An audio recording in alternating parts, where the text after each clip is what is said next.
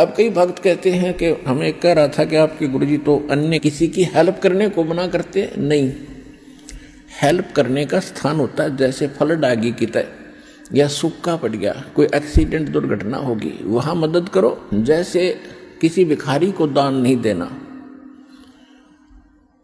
अब कोई अपना धंधा करके खाओगा, कुछ भगवान के गुण गाओगा, उसको मालिक के चरणों में लाओ, उसका नाम दिलाओ, उसको भक्ति कराओ, उसका उद्धार हो जाएगा।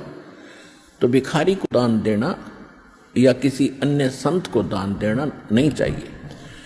उनको क्या दे सकते हो? खाना खिला सकते हो, कोई वस्त्र सिलाकर पहना सकते हो, अगर आप उसकी मदद करना चाहते हो। उसको कैश ना देना, क्योंकि वो साधु संत नहीं है, वो भिखारी बकवादी व्यक्ति है। अगर सारे भिखारी हो जाए फिर कमावे कौन गा? एक व्यक्ति ने एक भिखारी को 100 रुपये दे दिए। अब ये क्या करते हैं? सारी बकवाद करते हैं, शराब ये पीवें, मांस ये खावें, क्यों फ्री का मिल रहा है। और फिर सबके गधे बनेंगे, किसी कुत्ते बनेंगे, वो संस्कार और बढ़ेगा, वो वापस देना पड़ेगा। कोई वैसे थोड़ा किसी से ले लिया वो देना नहीं। कहते तुमने उस दरगाह का मैल नहीं देखा और धर्मराज के तिल तिल का लेखा।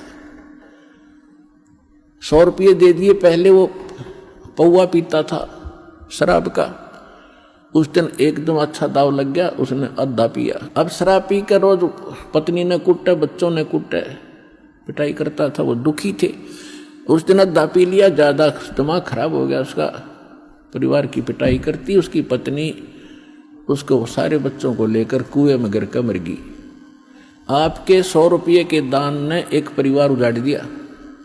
आपको भी पाप लग गया क्योंकि आप उसके भागी बने। तो क्या फायदा दिया उस दान में?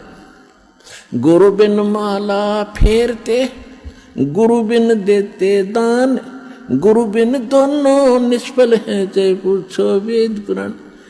अब जैसे द्रौपदी ने एक अंधे महात्मा को एक कपड़ा दिया था 9 इंच बाई 3 फुट 4 फुट, एक छोटी सी टुकड़ा अपनी साड़ी से पाड़ कर। वैसे उसको दान करने में सारी साड़ी उसकी खराब हो गई थी, लेकिन महात्मा को केवल एक इतना साइज मिला था।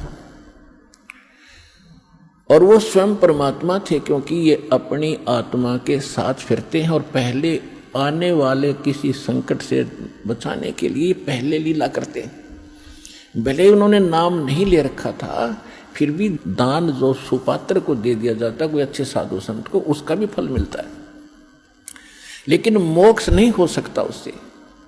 तो छोटे मोटे संकट निवारण भी परम संत से ही होते हैं, और वो परमात्मा स्वयं ही लीला करता है उस संत की। इसलिए साधु संतों की आज तक महिमा बनी रही। वो स्वयं कर जाता था 2-4 जगह, और फिर सब किन्ना टूक मिले जाते जो लाल कपड़े पहन कर फिरते थे कि साधु एक जैसे ही होंगे, क्योंकि वो भी साधु भी तो उसी की आत्मा है भगवान की, जो उनके लिए तड़फ रहे, लेकिन रास्ता मिल नहीं रहा। बताते हैं तो वो मान नहीं रहे, तो बच्चे हैं उसके। तो सभी के लिए परमात्मा समदृष्टि है, सभी का लाभ, सबके दुखों से बचाने की चेष्टा करता है।